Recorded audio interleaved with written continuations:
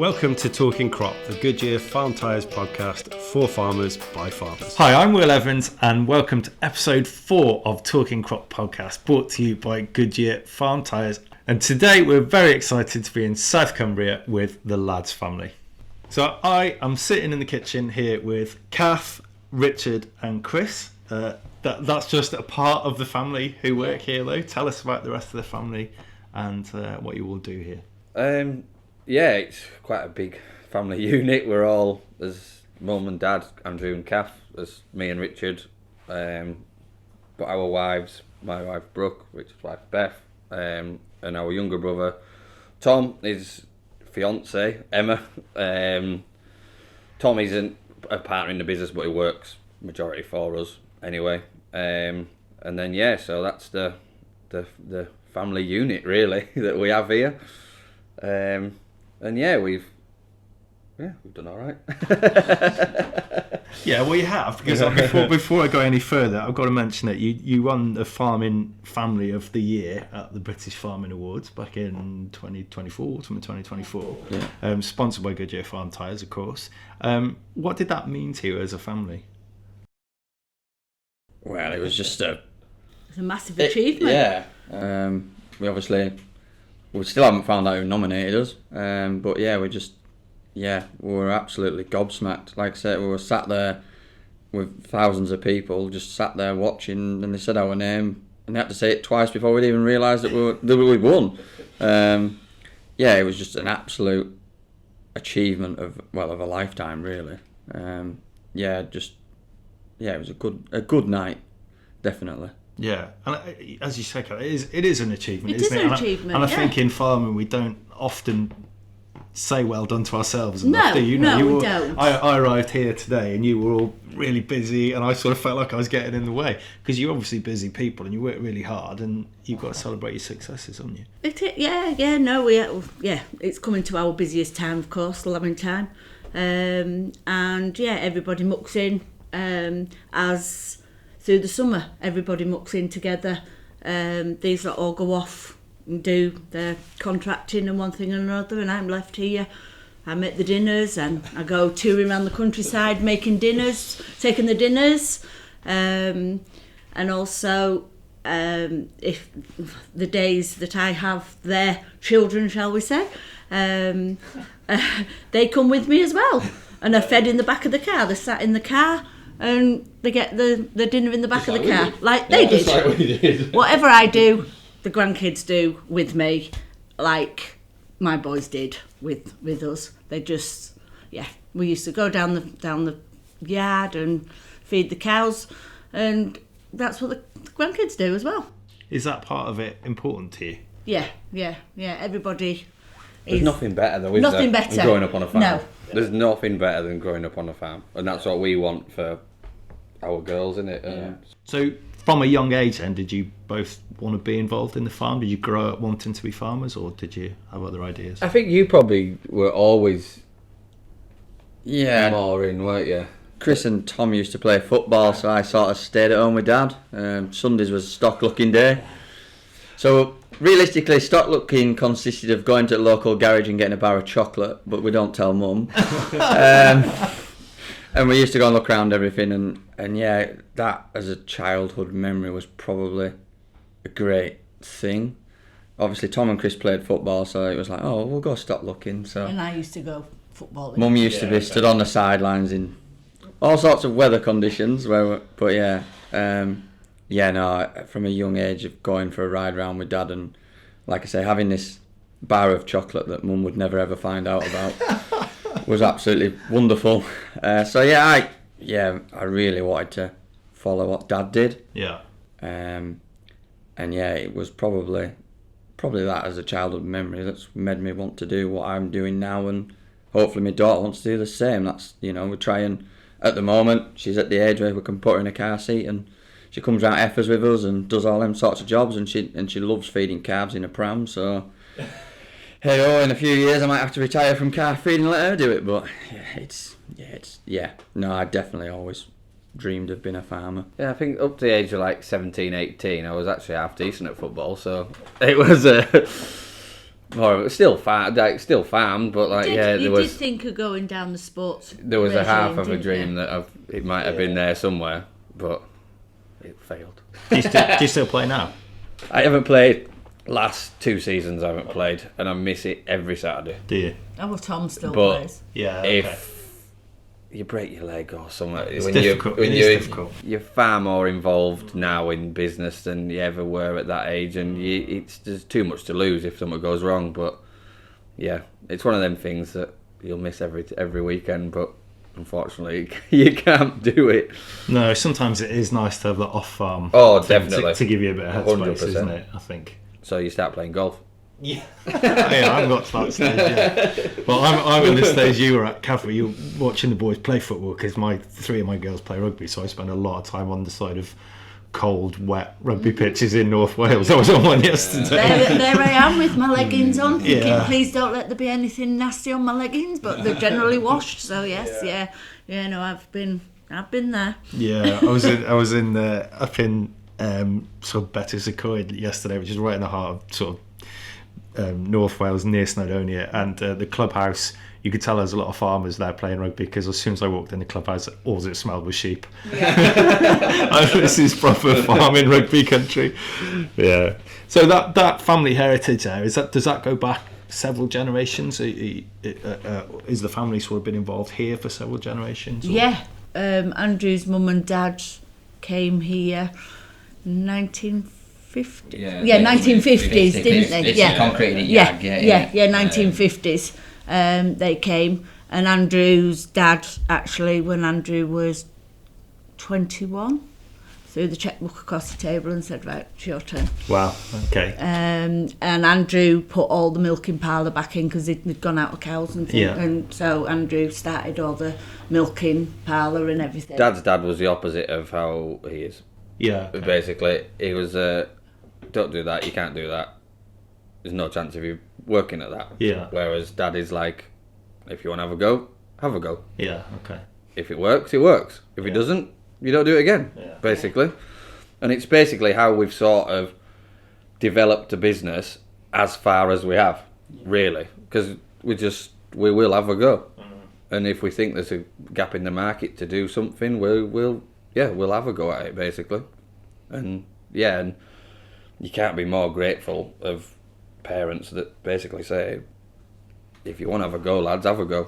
Yeah, because it's not always the case in farming families. Oh, it is a major thing. There's too many farming families that just get, well, farming's not that good. Go on, do a trade. Get a trade, and then come back and farm. Well, why not just farm? Like, is there not enough to do in farming for it to be classed as a good trade? You know, it's just, it baffles me sometimes when you see good, hard-working lads being pushed off farms. But, so yeah. What did the farm look like then, Cath, when you and Andrew first started farming here? And you When were I came, we and Andrew were married in 1991. Okay. And we had a house down the road, so we didn't come here. And then Andrew's dad passed. And after that, Andrew then became the tenant, so the tenant had to live here. Yeah. So Andrew's mum moved out. So we would move here in 94 it was, because we'd had you. So yes, in 94. And there wasn't as many builds. Yes, there was. There was basically the front courtyard Minimal. and minimal. Yeah. So we've just kept developed. So basically, developed it from anything there, that's really. steel built is Any after. Yeah. So what was it? Just sheep then, or were you milking then? We milked, and we had some sheep, but not as many sheep as we've got now. Yeah. Okay. What would we milk when you start? 60, 70? Yeah, something Yeah. like that. Yeah. Okay. Yeah. And 200 sheep, maybe, Yeah. something like that. Yeah. Yeah. Okay. So let's go through each enterprise at a time. Would you say, how would you class yourself? A dairy farm or a mixed farm, or what would you call yourself? Or a bit I would of say It's it's a mixed farm. Or It's is that a, just it's a dairy and sheep farm. yeah. Okay. Basically, it's a mixed farm. I All would right. say. Let's talk about the dairy then first. Tell me about the cows. Talk me through the system, how it works. So we milk 200 Holsteins, Holstein Friesians, sorry. We're not pedigree. Always been Holstein Friesian? Always been Holstein Friesian. There is about, well, Dad will be listening now, there will be about 20 jerseys kicking around down there. Okay. Set off as my wife's Christmas present that sort of escalated very, very, very quickly. So we have got a few of them kicking about, but the business now owns them. So we've 200 cows altogether. They're housed all year round. Herd average is, well, last year we did just over 11,000 each cow. Okay. Last year we had a tremendous silage that we peaked at 39.5 litres last year. This year we're maybe not just as good. But yeah, we've milked twice a day. Probably could do with a new parlour, but I keep telling myself one day that'll happen. Like I said, housed all year round without a pile of feeders, and fed TMR down the trough. We calve everything to sexed, and then anything after 200 days then goes to our cemental stock bull if it's not in calf. So obviously we've got the beef calves to sell as strong stores at 20 month old. And that's really realistically about it. We rear all the calves on the farm. Nothing goes off the farm till it's old, till it's 20 month old, and we keep breed all our own replacements as well. And what's your sort of main focus? Is it a bit of everything, or is there anything you're particularly focused on? Is it the breeding or nutrition or milk? Milk, okay. Yeah, milk is key. A cow has to milk. But yeah, equally nutrition is very, very vitally important. We've been with our nutritionist 28 years now. Yeah. He came when I was 3 days old, same as our vet. Okay. So he's literally grown up with us. Yeah. JB Nutrition's John. His daughter's just literally coming into the company now. So she's started selling us milk powder. We did a trial for Cargill milk powder. It'll be 4 years ago. Yeah, must be. John came to me. John was never going to touch milk powder. Never, ever. Well, why would I want to feed calves, is what he said. And his daughter comes and says, I would like to do the young stock side, John. Dad, sorry. And he goes, oh, all right. Well, where are you gonna go with it? It's like, I have one farm where we can try it. Anyway, John and Katie both came to see us and said, would you like to do a trial? Yeah. And I said, yeah, why not? Out for free. Anyway, we expensive milk powder. So we sat down with Katie and John, and we worked out, and the calves did 0.3 better of a growth rate on their milk powder, feeding the same percentage. Everything was the same as previous milk powder, and we got we hit our highest target was 0.9 of a kilo a day growth rate. So I was pretty impressed. Yeah. So now we actually have, it will probably be a question later on, we actually have Kendal College who weigh all our calves now, and we're still smashing that 0.9 this far down the line. But like, I think with the cows, it's all of everything. Breeding, nutrition, diet, everything, it all comes to a head. And if you can get all them boxes ticked, it equals milk. At the end of the day, doesn't it? Like, it's just, and if you can keep everything, like the breeding, we've been fairly strict for very strict with it. 15 years. If we stick to the WMS, don't we, worldwide sires, stick with that, and it works. And the quality of the cows has just improved no end. But every year when we calve a batch of 30 heifers, you think, wow, they're better than that, and like you think, how can they get better? But that's the job. If you're improving and keep improving, it's where you want to be, isn't it? Really? We've actually been asked this year to host a stock judging for our young farmers field day. So quite impressed that we've been asked to do that, really, because there's quite a lot of good quality cow herds around us. But last year you were asked to do for the show. Yeah, we did our local county show. We did that one as well. Is that Westmoreland? Yeah, Westmoreland show. Yeah, so so we must be getting better at something. Yeah, and the housed all round, as you said, that obviously works for you. I guess it's that control element, isn't it? Yeah, we can control what they're eating, and we can control where they're at. Yeah. Now and again they do escape if someone leaves the door open, but we just find it's far easier on the cow far easier on us because obviously running a contracting business as well. If someone can't just get back just in time, at least they haven't got to go and get cows in and worry about all that. And so General health on the cows Yeah, as well. the cows are a lot The healthier. routine on the cows just like to go to the trough, eat exactly the same thing every day, go and lie down in the same place, and they're happy. That's it. And they are. We have had them outside, but they're just nowhere near as healthy outside as they are in. You don't get that day when they go outside and it's raining, blowing a gale. Even in the middle of summer, it still blows. And they're all stood there under a tree, shivering. Inside, they're all happy on the brushes and loving it, really. Yeah, we have a foot trimmer comes every fortnight, routinely trim everything. Anything over 90 days gets trimmed, and then a week before calving, they get trimmed.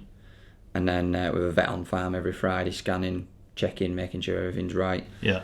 Everything's a routine. We just have a routine of what we're doing. So we're a team of people involved here, isn't it? Yeah, well, it's not just us, but everyone around us helps, which is just. We try and surround ourselves with the best people we can. Yeah. Like, we've had a bit of a swap round of banks and solicitors and accountants, and it's just been to the point where we're getting involved in the business properly. Like, we're like, well, we want to work with people that we like and can deal with. And if you surround yourself with the best people, it's only going to be good for you and the business. Yeah. Really. Which is basically what we've done, isn't it? There's only one way, and that's forward, isn't it? Yeah. And I guess just going back to the award, it's not that reflects well on everyone involved, doesn't it? I guess they've all played the part, haven't they? Our staff, we cannot thank enough. Yeah. And everyone that helps us, they're all thanked. When we went bowling, didn't we? We always have a Christmas do. Yeah. We always have a Christmas do. The farm vet is involved. They come because they're part of our team. I think it was 50 on How do you thank someone for doing something that you think's just so little but just needs doing? I think it's quite pertinent at the moment, that, isn't it? And I don't want to sort of get into all the politics today. It's not the place for it that's going on in farming at the moment, and some of the threats we're facing. But that fact that it's not just farms, it's all the rural businesses, all the ancillary industries. It goes on and on and on, doesn't it? There's so many people in rural communities that depend on successful farm businesses. Yeah, I think I worked out if we did shut the door, it would affect 40 businesses. Yeah, I can believe it. Around us that we use personally. Yeah. It's a lot of people in it. It's a big deal. You mentioned Simmental bulls. Yeah. Why Simmental? We used to bull with triple blue action off Worldwide Tires. Yeah. Dad had dabbled with Simmentals years ago. Yeah. And when I was about 8 or 10, we had 2 Simmental calves bought for Christmas. You and Thomas. Me and Tom. Yeah. We had 2 Simmental calves bought. The most loveliest, calmest cows I've ever met. So anyway, cows grew up, got old, went off the farm, but we had one that did 10 calves, which was absolutely astonishing. Okay. So we're like, well, this is the job. Anyway, we thought, well, why don't we bull with cement? Because you go into a market, you never see Simmental calves anywhere. Up here you don't. Anyway. You see a few with us, because I buy a few. Yeah. Especially the heifers. Yeah, well, we don't see any around here. Everyone's like blue limit and all that, and we found that Simmentals grow better than the blues and get fatter faster. Off less. Yeah. And off less cost. They're basically like they do finish early. Yeah. And we found the customers that we have for the Simmentals, when they go to the auction, they keep coming back and buying them. So like we said, well, why don't we keep the customer basis that way? So we bought 2 stock bulls. We bought one off Barlow's, Denzi herd, and then we bought one off Ed Fairhurst at, I can't remember what he was called. His herd's called? Fairhurst Simmentals. Yeah. And just, there's such easy carving. The cows, well, I'm going to have to go and carve a cow shortly. We've actually on our third bull off Denzi's, off Barlow's, and their bulls have done tremendous for us. To the point where we have started a bit of a suckler herd. Right, okay. Back in the trend. We have 5 pedigree Simmental cows on farm now, 2 with calves on, don't we? We think Grandad might have had a midlife crisis. Yes, but just tell them the names. Yeah, well, it's we looked at it a couple of years ago and we thought, no, it's not really the bit. And touching back with Kendal College, they wanted to do a bit of showing, a bit of messing about with some beef cows, and we said, well, we're half keen on. They said, oh well, like, yeah, if you want to do, we're happy to do some with sementals. And Dad saw a cow and calf that he liked the look of, and he never heard anything off the fella, and he rung him up, said, oh, do you want to come and have a look at this cow and calf? I've got it in. And so I went down and had a look, and I looked in this calf's ear. I said, what's that calf's name? He said, Phoebe. I was like, you joke, like, my la lass is Phoebe. And I was like, it's and it's actually born on my wedding anniversary on 10th of December. I was like, yes, I was like, we're going to have to buy it now.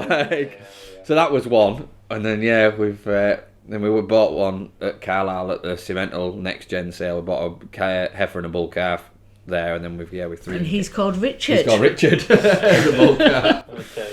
So then now we've 3 others. So we're gonna have a go at suckle cow farm as well. Hard can it be? And we've got a Sophie as well. The old cow that we bought originally, she's calved. Yeah, she's now Sophie. We've got Sophie, which is my dog's name. Yeah. Okay. So it's all. Well, the beef prices are good at the moment. So It's like we've just sold what will have sold 40 store cattle. Yeah. And like the prices are mental. It is unbelievable. You know what I mean? Like it's just unprecedented where they could finish. You know, like you're selling like Angus stores at like 1,900 quid, and you just think like a few years ago you were happy for 1,000 quid for that, like for them stores. It's it's amazing what supply and demand will do. Yeah. So where do you sell all your store cattle in?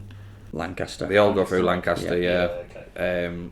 For them bigger, big, rangy things that just need that next little bit of a tickle on. Yeah. The only place around here is Lancaster for them, because they just they do, and they have the buyers there for them. And Do a lot of them go up to Scotland? the Anguses mostly go over, over north, like in into northeast, into Yorkshire and across there. There's quite a lot of finishing. There's East Yorkshire. East Yorkshire. They're They can grow their own feed cheap. There's not a lot from down here go that way really. Longer keep sort of will, because they'll be able to have them on farm for long enough to turn them into Scotch beef, won't they? Yeah. Well, yeah. All right. Sheep. Have you got defined roles, by the way? Do you all sort of have your own sort of thing? Ish. Or does it? No, I guess it sometimes blurs, but do you kind of? We have defined roles, but everyone rolls into everything else when they have to, basically.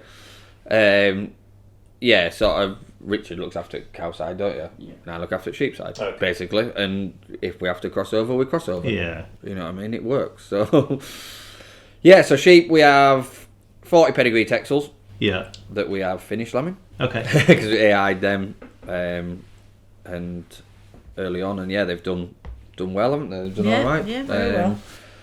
And we've lambed 100 3/4 Texels to breed gimmer lambs out of to sell, which we had a real deal with last year. We sold 37 gimmer lambs and the average £274. Okay. So no complaints. Needless to say, we're going to try and do that again. And then we have 800 commercial mules, North Country mules and Texel Cross. Okay. Yows, basically.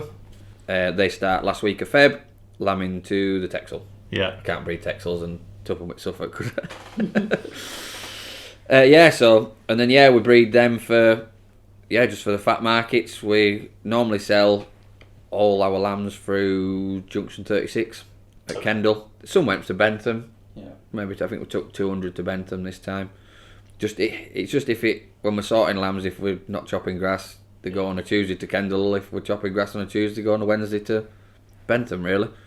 And we have sold some dead weight in the past, but we just find our lambs, they just get knocked a bit because they're nearly too good on the scale. They're too heavy, really. Yeah, okay.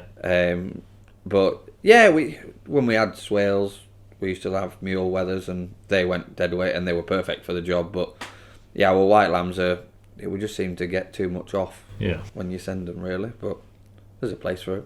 But this is proper sheep country, isn't it? And you'd have real good grass growth here and Oh, good climate for it. Yeah, you know what I mean? It's real sheep ground, what we have. Like, it's not, you can spread slurry on 3/4 of it, you can spread fert on all of it, you can make it grow, so it's, like we are probably at our numbers for sheep-wise, really, without some more ground, but yeah, we're doing all right.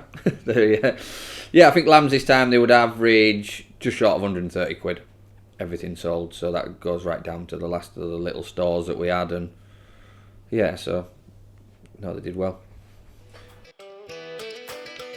The Talking Crop podcast is produced by Goodyear Farm Tires, leading the field in farming innovation, reliability and performance. View our wide range of tyres at goodyearfarmtires.eu or visit the link in the description. And as if you haven't got enough to do, you also do a lot of contracting as well. Has that been something that's just developed over the years? You start just doing a bit for a few neighbours and then it's kind of gone from there? We started off, we had a drag forager. Yeah, okay. Well, to be fair, we'll go right back to the start, to be honest. Dad had a drag forager when he was younger. Yeah. When he was mid-20s, Mid-20s. He'd have a drag forager. Rico or Class? Or, No, we'd have a New Holland. New Holland? New Holland. Oh, right, yeah, okay. So then he sort of grew up a bit and decided he was going to farm, and I think they stopped chopping then, didn't they? Still had it for doing their own. Doing our own. Yeah. Anyway, then we would share with someone else, another farmer. Anyway, they decided they didn't want to swap the forager, so we said, well, we're going to buy a drag forager. So we go back, buy a drag forager, big tractor go up front, sorted, grand. A local fella rung up, hey, my contractor's given up, do you fancy coming silaging? Yeah. Well, we have all gear, yeah, why not? We'll just have a go. Yeah. So then we did one customer, and then another contractor decided to give over, so then we got a few more customers, and a few more. And then By this point, we're putting like 3,500, 4,000 acre fruit drag for a forager. drag forager. So then it comes to the breakfast time one morning of, we need a new forager and we need a new big tractor. Yeah. So Dad jokingly said, I think we should get a self-propelled. We and him looked at one another and went, we're not going that big, are we? And he goes, well, it's either go big or go home. So Chris and Dad shot up to local Class dealer, rung me up, we've got a forager. Right, okay, how old is it? I was like, you haven't bought a brand new, and I'd be, oh no, I can't justify a new one. Not new, just 3-year-olds.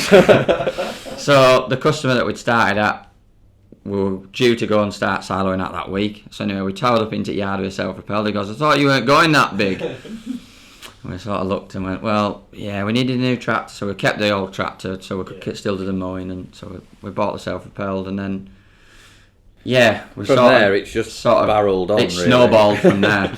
It's So now this year we've bought a second forager. It's not brand new. It's an older forager just as a backup. Yeah. I think now roughly we're verging on the edges of about 7,000 acre of grass. Oh, Okay. more now. We will, probably we're a bit more. 8, nearly 9. We only do somewhere in grass. I have no interest in whole crop and certainly no interest in maize. No. I like to put all my trailers and stuff away. there. Nice and shiny. After the horror show that but was yeah, maize harvest this year, I can well see. So once we'd obviously started the foraging, we then decided that we could do with a set of pipes to spread some slurry. So we thought we'd buy some pipes to spread our own slurry. And obviously then that snowballed to, could you come and do ours? Could you come and do it? So then we upgraded all that. with 2 full outfits. 2 full outfits now, which have been out for the last fortnight.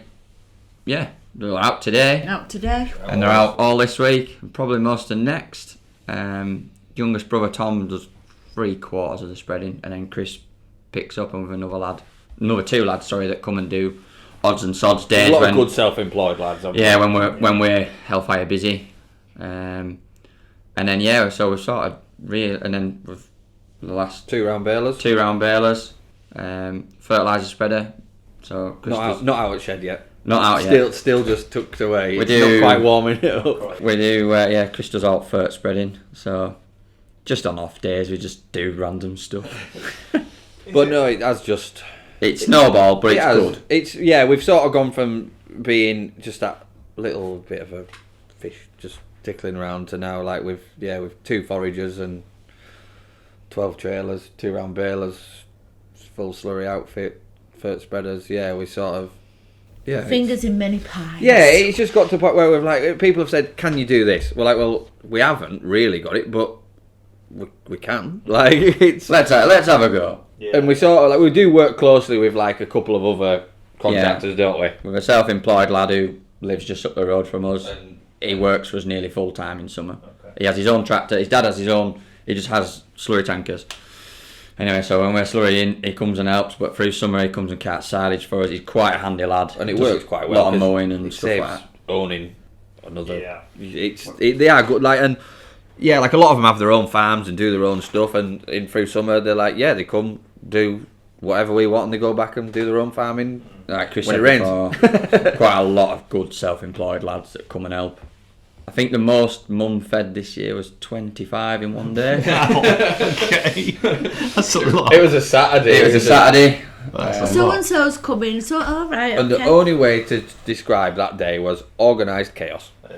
It was. It was just organised chaos. Everything was happening. We made about 900 round bales. We Yeah. chopped about 300 acre of grass. And yeah, but it happened. Is a big part of your job's people management with that many people and Massively. customers as Yeah. well. I spend a lot of time up People front. management's really important, isn't A it? lot of time I on the often phone. think farmers don't put enough emphasis on it, but it sounds like. But it goes back to what we said about the Christmas do. Yeah. We always take them out December, take them, partners, everyone out, and literally, it's only a bit of bowling, some food, few drinks, but it all helps. Yeah. If you keep them people happy, and it's worth every penny that it costs us to do it, and having nice gear helps. Yeah, you're not making them cruise around on a 135 anymore. They've all got cabin front suspension. And pretty much, if someone says, any chance we can try that breeder tractor? I'm like, well, yeah. What about technology on the farm? How have you sort of embraced that over the last few years? Is that GPS was a big help, wasn't it? efficiency and- You got the first Tractor I GPS. drive is auto steer, rate controlled for everything basically on it that you can have, and it is when you go to farms, and I've been to farms where they've always done their own fertiliser, and I go and there's 3 bags left, and they're like, why is there? Because I've put it on exactly how you wanted it. Oh, so you've saved me free? Yeah. Oh, right. So you've saved us money. It's like, well, yeah, like it's. Oh, right. And like it takes them a long time to get their head round that you can save money by using technology. But for us, yeah, for that way, and then like we have for the dribble bar and everything slurry wise, all rate controlled, isn't it? Yeah, GPS, Tom's auto steer and Well, everything. we all say on it's that. Tom's tractor, but everyone drives it. Yeah, that's very similar spec to Chris's. Not probably a similar spec, is it? But it can do 3/4 of what yours will But do. like even just going back to the milk cows, out of pile of feeders, EID, they're all on EID. all yeah. EID, so they come in and get they're all rate for the cake is all rated, so if they're giving more milk they get more cake, and it's all You know, and yeah, it's heat just time. and with solar, we've just got forward for solar going in. Yeah, haven't we? solar, I don't know yeah. if that's technology, but it helps. So yeah, that's the next bit of a move for us as well. Yeah, then with heat detection on cows as well. Yeah, okay. So which is absolutely brilliant. How long have you been doing that? This is year 12. We were one of the first to put CMX's AI24 in. Right, okay. And yeah, and we've obviously updated it since. And we've got We've got And some we've cameras got in carving your... cameras so I can carve a cow from my bed. Yeah. And we They're have one in- a godsend. Oh, brilliant. You never go back to not being without them. With me not living here, I live in Kendal, which isn't so far away. It's only like 3 minutes away. But one night I was coming back to check a cow. I come back 4 times, and the money that I spent on the fuel paid for my camera. So it was like, But yeah, we have them up at sheep And sheep sheds shed now, as well, yeah. and you can see a sheep lambing on that camera where you wouldn't see it lambing if you walked in, because they all jump up and look at you. that's the problem. You open a door and like, oh, we're gonna get fed here. Yeah. So then I'll. You So just keep an yeah. eye on them, and 9 times out of 10 you can keep an eye on them till they nearly need something, need a bit of They're help. off being left alone. If Oh, you yeah, can help definitely. It, aren't they? And the technology is really cheap, actually, isn't it? Well, I think Lots of our cameras. cameras cost us, by the time we got them all set up, was it 150 quid? Yeah. They're off Amazon. Amazon. There's So realistically, we're waiting for them to go to break, but yeah, We it's will just, do what they shortly. just a We're cheap. quite handy because we have a Wi-Fi bubble around the whole farm, Okay. So basically, if you know, because there was like little bits of black spots on signal, wasn't there? Yeah. So we put a Wi-Fi bubble all the way around the farm. So basically, if you ever needed to ring anyone or anything, you're there. Yeah. There's no chance of anyone being in a black spot really. So it works perfectly for cameras because you just put them on the cloud and you're away basically. Yeah. All right. So tell me about when I drove in today. There's a load of caravans right next to the farm. tell me about that. How did that start? We had to How does it all diversify, basically, didn't we? Yeah. It was 2001. Foot Foot and mouth, mouth, Foot mouse, yeah. Okay. It would be halfway built, would it? No, I think the top site was. No, finished. when Foot and Mouth was announced, it was about half, Yes. half yes. finished. Yeah. Sorry. Yeah.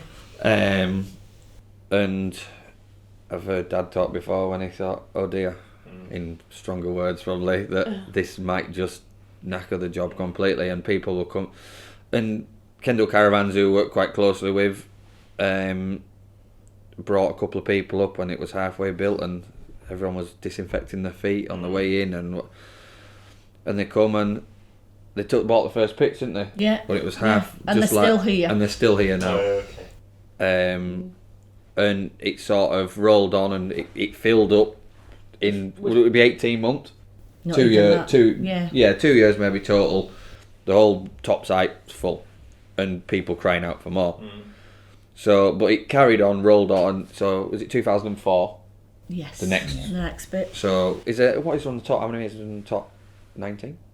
There's 42. 42 There's 42 altogether. Together. So basically, the top bit was full, and we thought, well, there's another field a bit further on. Dad thought, well, that'll do again for some more. So digging commenced again. So and it's just, I think everywhere's full. Yeah. Yeah, We've got one, but there's one empty that's coming off. But yeah, it's all a nice folk as well. Older sort of generation of people, but some retired, some whatever, but yeah, you can manage people like them. They're all right.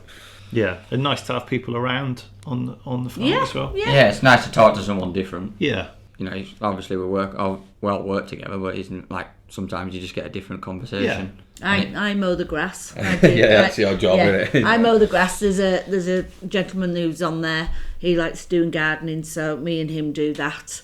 But they're very respectful people Yeah. on there. If they see you busy, they leave you. Yeah. They're not going to stand about and wait for you to talk to you. If they see you busy, they're happy, and they all keep the dogs on the lead under control. They are pretty good. Yeah, because that would be a worry. Yeah. There's lots of signs up that says, "Please keep your dog on the lead," or but whatever. they're all. But they all know the crack and know what happens, and they are very good to have there, and it's very separate to the farm. Like, even though there's fields surrounding them, like the farm is on one side, the caravan other side. So basically, they all have to use the same lane, which sometimes is when you silage in and whatever. Sometimes you just have to just follow people down. Yeah.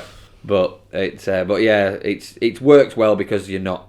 If they were all on top of each other, it would be hard work. But no, and I think if they weren't all privately owned, they understand what goes on around here. Not if they were holidays, people don't understand what's going on. Like I say, some of them, the first ones that come that are still here, they're part of the furniture nearly. Yeah, you wouldn't want to be meeting people with touring caravans coming up your drive when you're trying to silage it. It has been done. Trying to reverse. Yeah, we do have touring caravans as well, but they're on seasonal pitches. Okay. So again, and I have 2 spaces that people can come with a touring caravan, but the ones that have come for years, so they know what's going on. Yeah, and it's like, I mean, you are, as you say, like 3 minutes outside Kendal, aren't you? Yeah. It's a beautiful We're out spot. of Kendal, but not. You've sort of got the beautiful countryside and the views, but you're very close to all the amenities and everything people need. They all know the taxi numbers, so if they want to go for a drink, they get a taxi. So it works. It works for us anyway. And Morrison's supermarket is just down the road, so they're all about so there's no point us having a shop because it's there. Yeah. And how does it? You're tenant farmers, aren't you? Like me. Yeah. I'm a tenant farmer as well. How does that work with your landlord? Do you work together on that with the caravan? They are very good landlords, to be fair. They have sort of give us free reign. Yeah. Basically, if you want to have a go at something, as long as they're okay with it, like it's not a issue. You know, like you see a lot of landlords where they're like, Well, I was going to say that's like, quite rare. no, don't do. We don't want you to. Quite- Don't like they take a percentage of Yeah. of the rent off the caravans, which Yeah. is, you know what I mean, it's their land, so Yeah, it's yeah. fair enough. But like, yeah, they're good to work with, and yeah, going forward, hopefully we can. There's another farm coming up that we hopefully can can take basically, which is the plan going forward. On the same estate. Same estate, yeah. Is that bordering you, or is it just?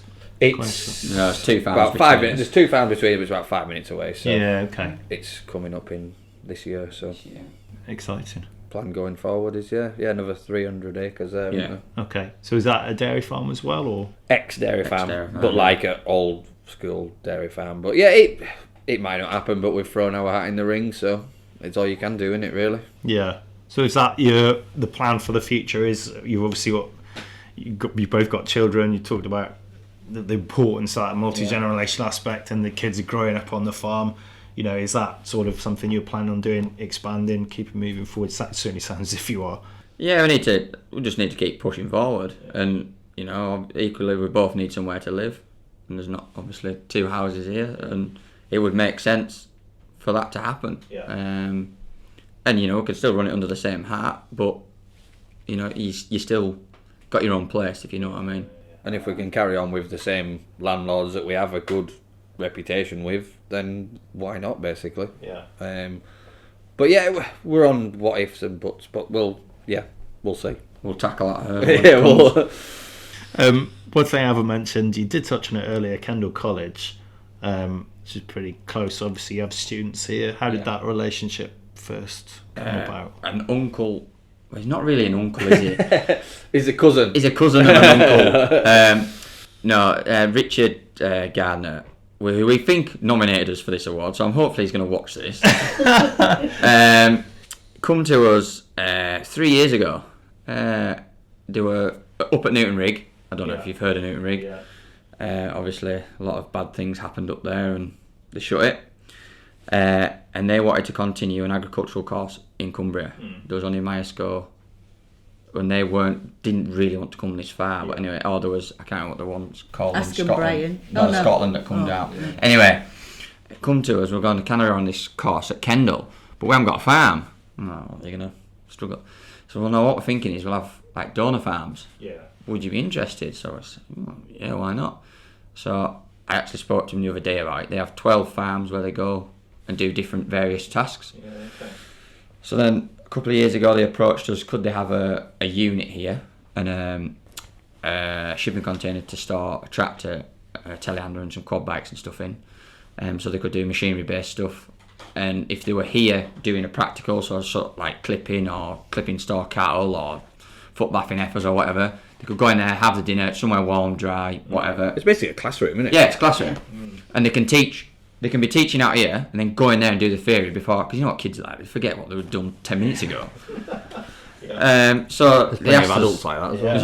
yeah, they asked us if it was a go ahead, and we're absolutely made up that we're asked to do it. So And it works very well. Perfect. With them, because like there's a lot of good young people coming through them, and they were going to be wasted without Kendal taking the agriculture side on. They were going to be absolutely wasted, because if they have to trail down, like, to be fair, I went to Preston, I went to Myesco because there was nothing else really. But it is a trail, and you know what I mean. Like them, it's all there, and they've got, like I say, there's all them farms around here now that's supporting them. But yeah, like they'll come, and you could be 20 students here, couldn't there? On some you can days. get some work done when they all come. Yeah, you can. Yeah, you can get some work done.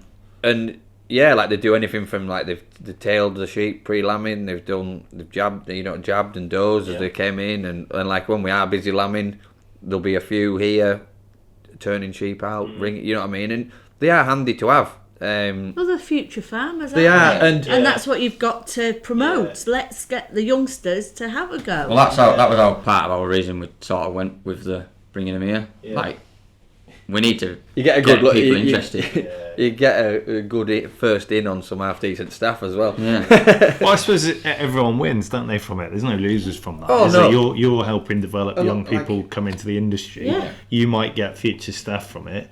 I mean, we're all conscious that we need new entrants and Yeah, yeah. enthusiastic and passionate new And they all entrants, are aren't they? very, very enthusiastic. Yeah. And you go and like talk to them, and they're all just such good crack. Yeah. But And yeah, it does, and they're all go. You know what I mean? They're not doing that for I just need to do something out of school. Yeah. Like they're all keen to learn, and if we're working away with them, they'll happily listen and work with you, which is, yeah. I know a lot of like younger people. Someone that talking at them, they'll just be like, "What's he sort of saying?" Yeah. But yeah, I they're think all. maybe sometimes because you are not similar, but you're younger. Yeah, Yeah. You're nearly on their level, rather than some older person Yeah. telling We're them not what the teacher to do. telling them what You're to not do, the are we? teacher Yeah. telling them what to do, Yeah, and it probably gets into the head a lot better. And like Richard says, we can have a bit of crack with them, Yes. and they Yeah. do. And yeah, they all enjoy coming and keep coming back, and yeah, and they do a bloody good job. So Yeah, yeah. it's and it's all you can ask. Yeah. I went, when I was teenager, I went to North Shropshire College and did similar thing, day release agriculture course. And some of the stuff we did on the farms we went to, that was a long time ago now, but we learned a hell of a lot. You know, lots of different things. Yeah. And, you know, stuck with me now. You know, went to some Oh, really yeah, good yeah. farms. You learn far so more those experiences out those on a youngsters farm. are having now will stay with them. Well, I went to Newtonrig and a lot of it was classroom based. Well, it gets boring after a while. Yeah. Whereas, like I say, with them having the classroom here, they can do a practical in the morning and go and do the theory, and then it's done. They're not constantly sat in a classroom, four walls looking at them. Yeah. You know, they can go and do a bit of, you know, they try and break the classes up, don't they? So one does theory in the morning and one does, you know, so they swap over, and it works tremendously. But they're well. here. What will they be here? 2 days a week average? Yeah. At least. Average. Okay. So with various different levels of students. Yeah, and the college will really value the relationship they've got with you as well, because especially a farm like this where you've got so many things going on. There's Well, I lots think that was they what can- was appealing to them, that we've so much to do. It was just so, you know, easy for them to come. and they can do the telehandler. Well, that's it. They can do all the training and stuff here as well, which is handy. So it was a ticking box for them, but it was also a ticking box for us. So it was just perfect. They And fitted yeah, in. with the Cemental herd, obviously they're gonna be the ones pushing them forward a bit more as well, really. And it'd be quite nice to get them more involved, like with the breeding side and all that. Like try and get them thinking really, like what should we be bulling these with? Like, do you think that's right? You know what I mean? Just giving that little nudge, giving them a bit of confidence to get on and do it. Because, like you say, going back to it before, there's a lot of people probably not allowed to make their own decision at home. No. You're doing that, that's it. Well, I know we've been very lucky that we've made our own decisions, and yeah, we've talked it through with everyone, but we've made a decision, and it's always been agreed that that's what's going to happen, and that's, like you say, the future farming. That's where it needs to come in. You need to be able to just have a little bit of free rein and do it your own way. Yeah. But are you? We've probably kept you long enough, so I'm going to sort of begin to wrap it up. But are you optimistic about the future of farming? It sounds like you are. Is there any challenges and things you're worried about, or are you sort of confident? I mean, you know why I'm asking this at the moment. You know, farming is, I think, probably for the wrong reasons, on the front pages of the newspapers at the moment. I think from a non-political side, farming is in a good place. Yeah. Like the prices are good.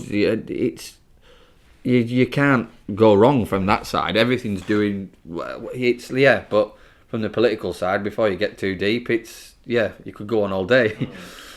But yeah, I think if you don't look forward, then you don't go anywhere. Basically, and that's how we've always looked at it. Dad's always said, just keep your head up and keep going. You know, anyone who sticks at agriculture now, I think they're going to be all right. You know, it's literally supply and demand now, and the demand is there. You've seen it with beef prices, aren't you? The supply and the demand, and there's lots of reasons why the beef herd shrunk. But you know, that's soon going to be, consumers are going to be feeling that on beef price. That could easily happen with every other. It's all a knock-on effect, and we need to be prepared that, you know, it's no good as pulling everything back and going, oh well, we'll just milk a few less cows, because once that demand comes, you need to be able to get rid of it. So I think anyone who sticks at it, I think we'll be all right. Yeah.